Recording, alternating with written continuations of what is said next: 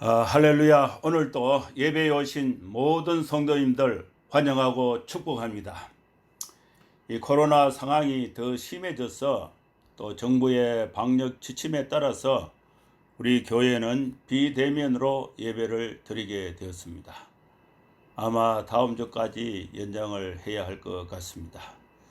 또 예배에 불편한 점이 있지만은 우리 모두의 안전을 위해서 교회에서 모이지 못하고 각 가정에서 예배를 드리게 되었습니다. 코로나에 전염되지 않기 위해서는 이 사회적 거리를 유지하고 또 마스크를 꼭 착용하고 또 이렇게 손을 자주 씻고 주의하는 방법이 현재까지 알려진 예방법으로 제일 좋은 것 같습니다. 지금 우리나라는 모든 분야에서 매우 힘든 상황에 있습니다. 이 어려운 때에 우리는 또 주일을 맞아서 하나님 앞에 예배를 드리게 되었습니다. 저는 이런 상황에서 코로나 상황이 나아지기를 바라는 마음으로 하나님 앞에 기도하면서 오늘 말씀을 나누도록 하겠습니다. 오늘 나눌 하나님의 말씀은 요한복음 7장 60절에서 71절까지 말씀이 본문입니다. 그리고 이 설교의 제목은 예수님께 있는 주께 있는 영생의 말씀을 따르라, 이 주제로 말씀을 강론하겠습니다. 우리가 믿는 예수님은 공생애를 시작하시면서 첫 번째로 하신 말씀이 회개하라, 천국이 가까이 왔다는 말씀을 전파했습니다. 예수님께서 모든 도시와 마을을 두루 다니시면서 그들의 회당에서 가르치시고 또 천국 복음을 전파하시고 모든 병과 모든 약한 것을 고치시는 사역을 하셨습니다. 때로는 예수님의 가르치심과 또 고침을 받은 자들과 또 예수님에 관한 소문을 들은 사람들이 예수님께 뭔가를 기대하고 또 많은 사람들이 예수님을 따라다녔습니다. 신약 성경의 기록에 보면은 가장 많이 예수님을 따라온 사건이 5,000명으로 기록하고 있습니다. 바로 이 5,000명은 오병이어의 사건, 이 오병이어의 기적 사건이 있었던 이 베세다 들녘에서 예수님의 설교를 듣고 또 예수님이 주신 보리떡과 물고기를 먹은 자들이 남자만 5,000명이었다. 이렇게 기록하고 있습니다. 그런데 실제로 보면은 여자들과 또 어린아이들을 포함하면은 2만 명이 넘는 것으로 추산할 수가 있습니다. 또 칠병이어의 사건에 보면은 4,000명이 기적의 사건도 있습니다. 특히 오병이어 이 기적 사건 이후에 많은 사람들이 예수님을 따라다녔습니다. 예수님을 따라다닌 사람들은 예수님에 대해서 특별한 기대가 있었습니다. 이들은 예수님이 주신 떡을 먹고 물고기를 먹고 배가 불렀던 경험이 있었기 때문에 또 그것을 기대하는 마음으로 예수님을 따라온 것입니다. 이후에 예수님께서 가버나움 회당에 들어가셨습니다. 회당에 모인 자들에게 예수님이 강론을 했습니다. 회당에서 강론하신 예수님의 말씀에 대해서 모인 청중들도 또 심지어 예수님의 그 12 제자들도 회당에서 강론하신 예수님의 말씀을 이해하지 못했습니다. 제자들이 그 강론 내용이 어렵다고 말했습니다. 예수님의 말씀 중에 어느 부분이 어려웠습니까? 바로 이 부분이 어려웠다는 것입니다. 제자들이 어렵게 생각했던 말씀이 이 부분이에요. 나는 생명의 떡이니 내게 오는 자는 결코 줄이지 아니할 터요. 나를 믿는 자는 영원히 목마르지 아니하리라. 예수님이 자신을 가르쳐서 하늘에서 내려온 떡이라는 말씀을 이해하지 못한 것입니다.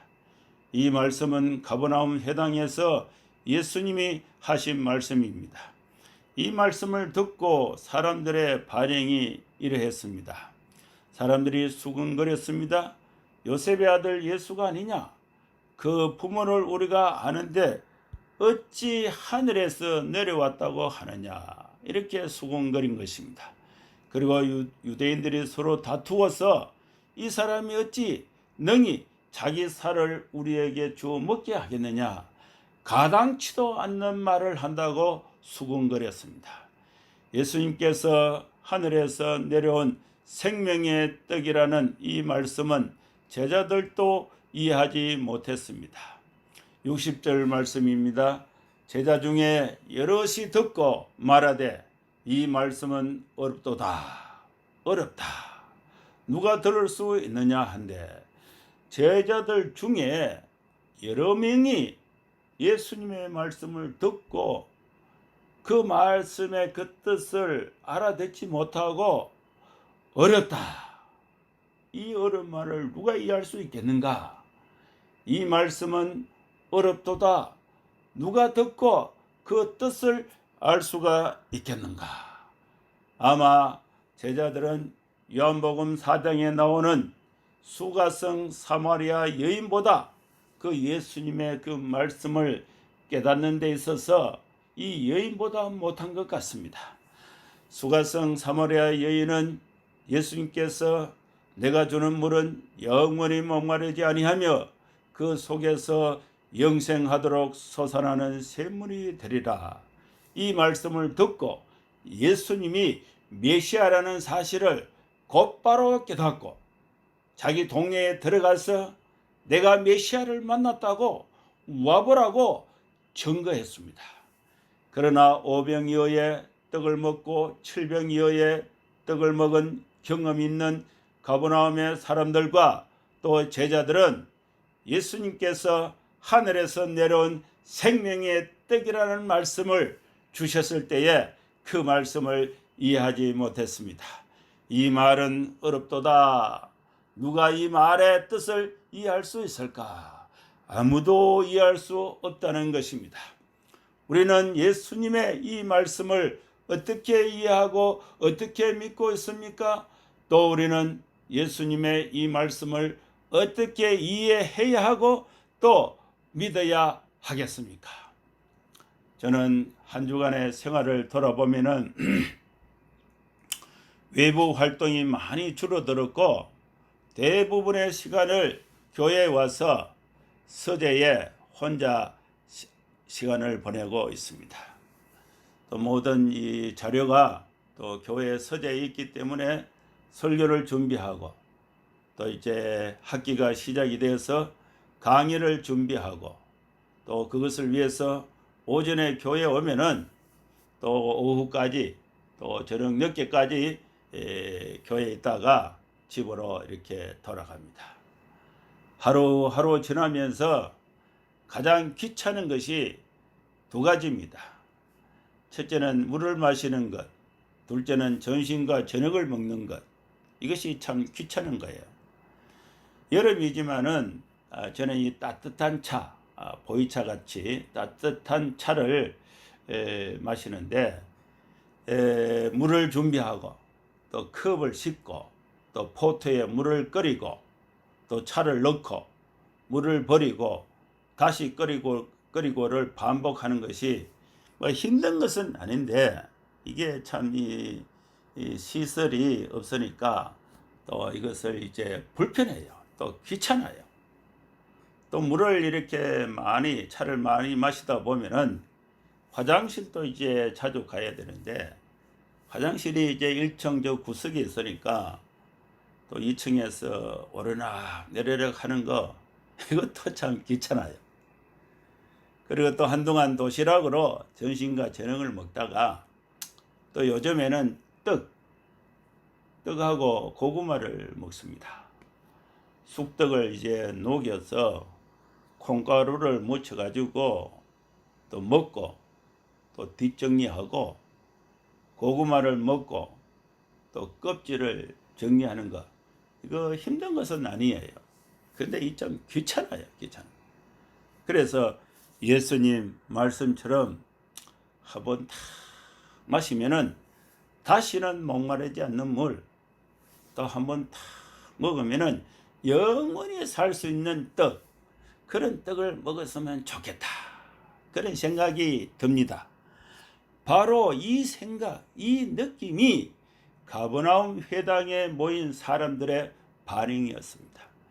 예수님은 특히 제자들이 이 말씀은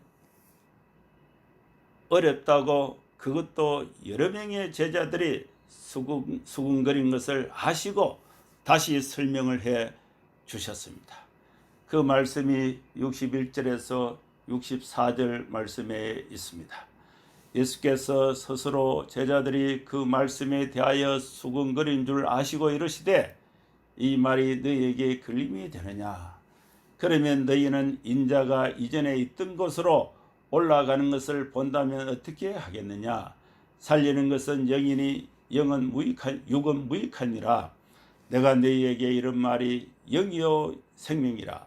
그러나 너희 중에 믿지 아니하는 자들이 있느니라 하시니, 이는 예수께서 믿지 아니하는 자들이 누구며 자기를 팔 자가 누구인지 처음부터 아심이르라. 예수님이 이해하지 못하고 수군거리고 있는 제자들에게 다시 말씀해 주셨습니다. 너희들이 내가 하늘에서 내려온 생명의 떡이라는 사실을 믿는데 걸림이 되느냐? 그러면은 내가 이전에 있던 곳으로 다시 하늘에 올라가는 것을 본다면 어떻게 하겠느냐? 그때는 너희가 믿을 수 있겠지만은 너희 중에 한 명은 믿지 않고 나를 팔 자가 있다고 예수님이 다 아시고 미리 말씀을 하신 것입니다. 그리고 예수님은 계속해서 제자들에게 설명했습니다. 그 말씀이 65절 말씀입니다. 또 이르시되, 그러므로 전에 너희에게 말하기를 내 아버지께서 오게 하여 주지 아니하시면 누구든지 내게 올 수 없다 하였노라 하시니라. 가버나움의 사람들이 예수님께 스스로 찾아서 스스로 예수님께 나온 것이 아닙니다. 예수님께서 가버나움 회당의 사람들에게 찾아오신 것입니다. 여러분, 우리가 의지를 가지고 우리가 스스로 하나님께 갈 수 있는 것이 아닙니다. 예수님께서 우리에게 찾아오신 것입니다. 이것은 하나님의 사랑이고 하나님의 은혜입니다. 우리가 하나님을 믿고 예배를 드릴 수 있는 것은 예수님께서 우리에게 찾아오셔서 베풀어 주신 사랑이고, 거저 주시는 하나님의 은혜로 말미암아서 우리가 하나님을 찬양하고 기도하고 말씀을 듣고 예배를 드릴 수 있게 된 것입니다. 이것은 감사한 일입니다. 그런데 예수님 당시에 가버나움에서 사람들의 반응은 예수님께 감사하기보다도 반대로 나타났습니다. 그 말씀이 66절에 있습니다.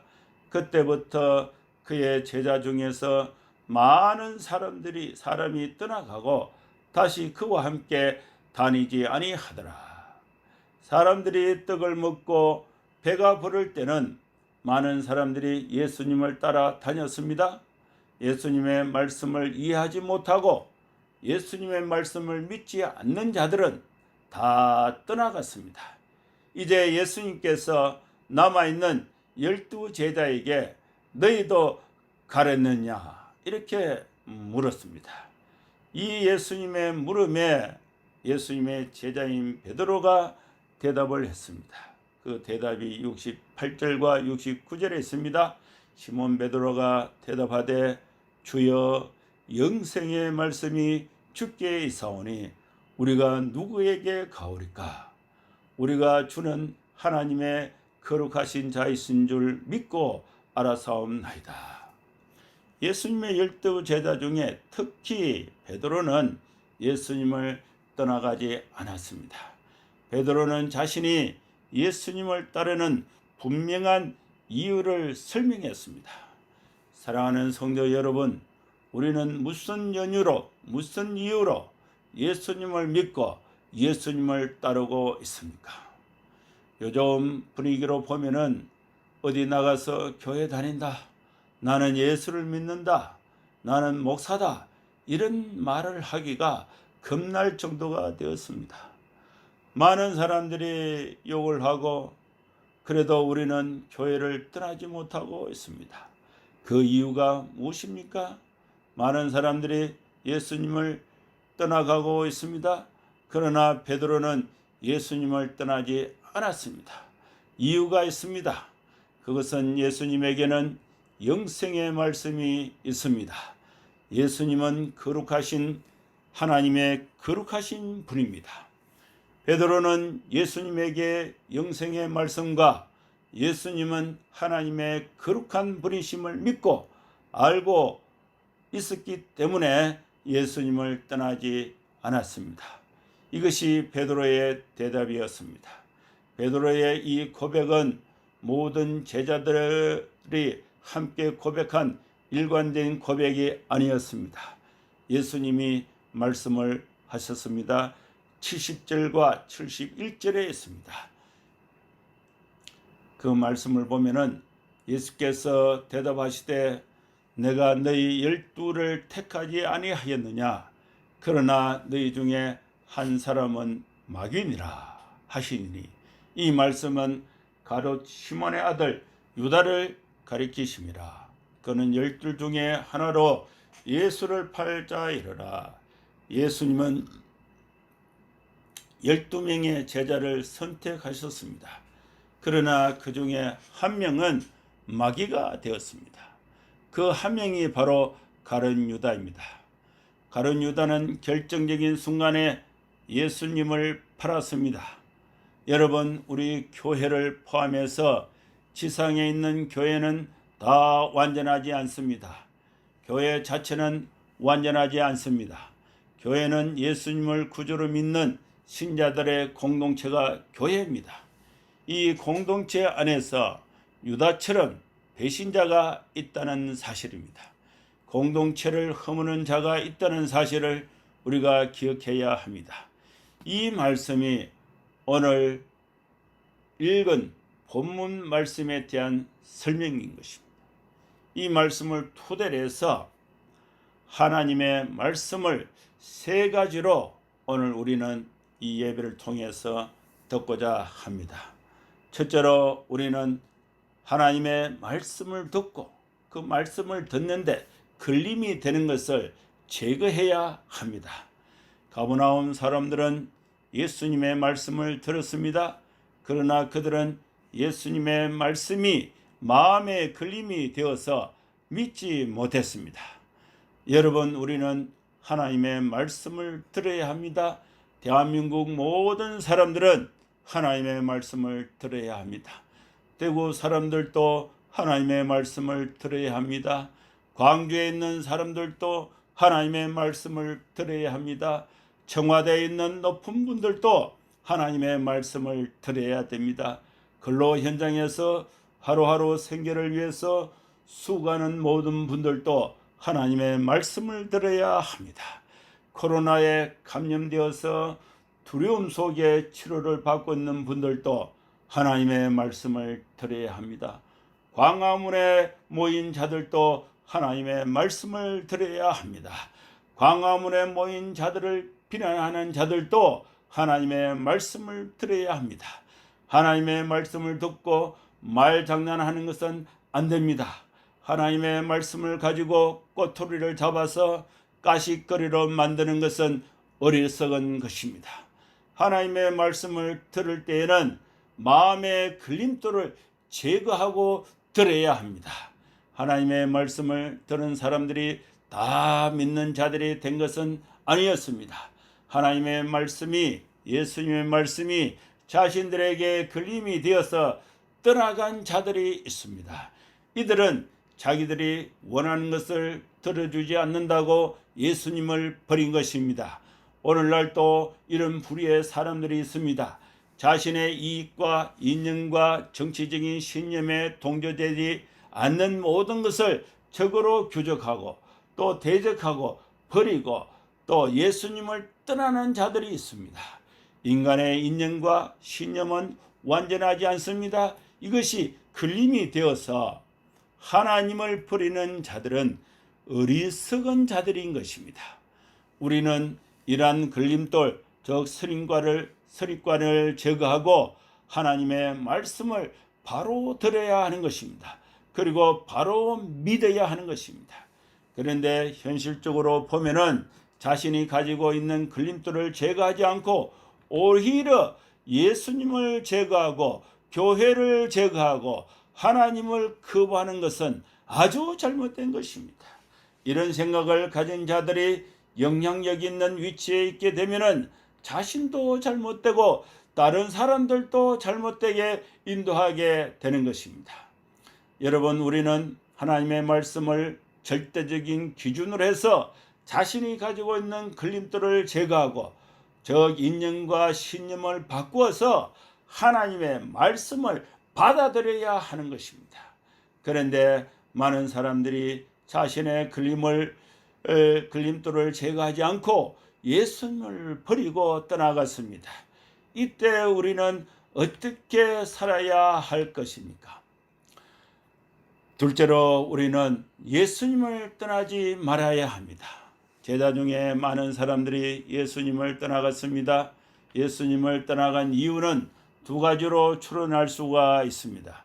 첫째는 사람들이 예수님에게 기대하는 현실적인 문제가 해결되지 않았기 때문에 그렇습니다. 둘째는 예수님의 말씀을 이해하지 못했기 때문에 떠나갔습니다. 오늘날 우리 사회도 교회에 대해서 말이 많습니다. 교회에 대해서 많은 사람들이 수군대고 있습니다. 심지어 교회를 욕하고 교회를 비난하는 자들이 늘어가고 있습니다. 교회를 떠나가는 사람들이 있습니다. 장로교 어느 교단의 통계를 보면은 교인의 수가 줄고 있다는 것입니다. 많은 사람들이 교회에 모이기를 두려워하고 있습니다. 요즘의 현실을 보면은 안타까운 점이 많습니다. 교회가 코로나 확산과 책임이 있고 또 책임이 있는 것처럼 분위기가 조성이 되고 있습니다. 일반 사람들이 교회를 싫어하고 또 교회를 심리적으로 멀리하게 되는 것 같습니다. 코로나 상황이 종료가 되어도 교회를 통해서 복음을 전하고 또 사람들이 교회에 모여서 예배를 하는데 일반 사람들이 친숙함을 가지기가 어렵게 되겠다는 생각이 듭니다. 이것은 좋은 현상이 아닙니다. 이렇게 교회가 안 좋은 여론으로 몰려가는 것은 좋지 않는 것입니다. 우리 교회가 이러한 때에 세상에 좋은 빛이 되어야 할 것입니다. 이렇게 형성되어가는 교회에 좋지 않는 그런 여론 형성은 우리나라에도 좋지 않는 징조가 됩니다. 왜냐하면 교회의 선교적인 기능과 또 교회의 그 복음 전도의 역할이 약화될 수 있기 때문에 그렇습니다. 우리 교회가 살아서 역동적으로 신뢰를 받으면서 능동적이고 또 긍정적으로 복음을 전할 수 있을 때에 더 많은 국민들이 구원을 받고 또 하나님의 백성이 될 수가 있기 때문에 그렇습니다. 반대로 교회가 안 좋은 여론에 몰려서 약화되면은 우리 국민들에게 손해가 됩니다. 사랑하는 성도 여러분, 많은 사람들이 욕을 하고 교회에 모이기를 두려워하는 이때에 제자들에게 하셨던 예수님의 질문을 우리도 들어야 합니다. 너희도 가려느냐? 여러분, 우리는 예수님을 떠나갈 수가 없습니다. 여러분, 우리는 교회를 포기할 수가 없습니다. 교회를 버릴 수가 없습니다. 여러분, 우리는 교회를 부를 수 없는 분명한 이유가 있습니다. 그 이유가 무엇입니까? 셋째로 예수님께 있는 영생의 말씀을 믿기 때문에 그렇습니다. 베드로는 여러 제자 중에 예수님에 대해서 바르게 알고 믿었습니다. 예수님에게는 일반 사람들이 알지 못하는 두 가지 진리가 있습니다. 첫째는 예수님에게는 영생의 말씀이 있습니다. 둘째는 예수님은 하나님의 거룩하신 자이십니다. 이 사실을 확실히 알았던 베드로는 많은 사람들이 예수님을 떠나가도 자신은 예수님을 떠나갈 수가 없었습니다. 예수님의 말씀을 듣고 예수님을 따르는 자들이 예수님의 제자들입니다. 우리는 예수님의 제자들이 경험한 예수님에 관한 말을 듣고 예수님을 믿을 수가 있습니다. 예수님을 따랐던 제자들은 두 부류가 있습니다.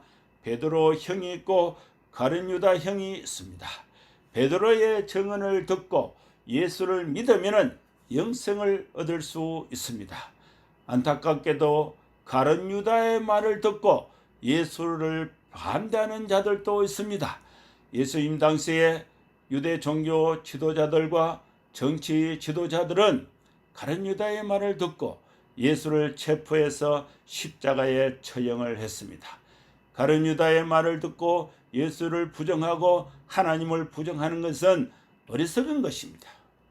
일시적으로 정치적인 목적을 이루고 이기는 것 같아서나 그렇지 않습니다. 그것은 저주받는 길입니다. 심판을 받을 수 있는 길이 될 수가 있습니다. 여러분, 목사의 잘못을 증거로 잡아서 교회를 욕하고 하나님을 부족하는 것은 어리석인 것입니다. 여러분, 교회의 실수를 증거로 잡아서 하나님을 욕하고 기독교를 욕하고 하나님을 부정하는 것은 어리석은 것입니다. 여러분, 목사와 교회는 실수를 할 수가 있고 또 죄를 지어서 일반 사람들에게 본이 되지 않을 때, 그럴 때가 있습니다. 물론 목사는 하나님과 사람 앞에서 특히 세상의 빛이 되고 소금이 되어서 흠이 없는 본을 보이고 덕을 끼쳐야 합니다. 물론 교회도 이 세상에 그 어떤 조직보다도 투명하고 정직하고 윤리적으로 덕이 되고 모범이 되어야 할 것입니다. 그러나 오늘날 우리 현실은 그렇지 못하다는 사실을 알고 안타까워하고 있습니다. 사랑하는 성도 여러분, 우리는 그 어떠한 경우에도 예수님을 바로 믿어야 합니다. 예수님께는 영생의 말씀이 있습니다. 우리가 믿는 예수님은 거룩하신 하나님의 거룩하신 분입니다. 이것은 진리이고 사실입니다. 이 사실을 베드로가 증언했습니다. 이제 우리는 예수님께 있는 영생의 말씀을 받았습니다. 이 영생의 말씀을 알지 못하고 떠나가는 자들에게 이 사실을 전해야 할 사명이 우리 교회에게 있는 것입니다. 교회에 대해서 돌을 던지고 있는 이때에 우리는 안타까운 현실에 측면해 있습니다. 그러나 우리는 돌을 맞으면서 고통을 부여잡고 하나님께 기도해야 할 것입니다. 우리 교회는 우리 자신을 돌아보고 하나님 앞에서 바로 서기 위해서 자신을 고치는, 교회를 고치는 갱신의 노력을 기울여야 할 것입니다. 우리는 영생의 말씀을 세상에 전하는데 걸림이 되는 것을 하나님 앞에서 스스로 회개하고 고쳐야 할 것입니다. 하나님께서 다시금 우리 교회를 사랑하셔서 예수님께 있는 영생의 말씀을 증거하는 사명을 감당하도록 또 함께 기도하는 우리 교회 또 여러분 될 수 있기를 주의 이름으로 축원합니다. 여러분 기도하겠습니다. 거룩하신 하나님 아버지, 이 어려운 가운데서 이렇게 하나님 앞에 예배를 드릴 수 있게 하심을 감사합니다. 사랑하는 주님, 우리는 많은 사람들이 교회에 대해서 돌을 던지고 예수님을 떠나가고 있는 이 현실을 보고 안타깝게 하나님 앞에 기도합니다. 예수님께 영생의 말씀이 있는 것을 우리는 알고 또 베드로는 많은 사람들이 떠나가는데도 베드로는 예수님을 떠나가지 않았던 것처럼 우리는 이 어려운 때에 하나님의 말씀을 믿고 예수님을 진실로 따르는 우리 모든 성도들이 되게 하여 주시옵소서. 하나님 아버지, 예수님에게 영생이 있다는, 영생의 말씀이 있다는 사실을 알고 또 이 사실을 증거하면서 우리가 살아가는 성도들의 삶이 되게 하여 주시고, 또 우리 교회가 또 바르게 거듭나서 세상의 빛이 되어서 영생의 말씀을 증거하는 하나님의 교회로 거듭날 수 있도록 주여 우리 교회를 새롭게 하여 주시옵소서. 예수님의 이름으로 기도하옵나이다. 아멘. 감사합니다. 다음 주에 또 뵙도록 하겠습니다.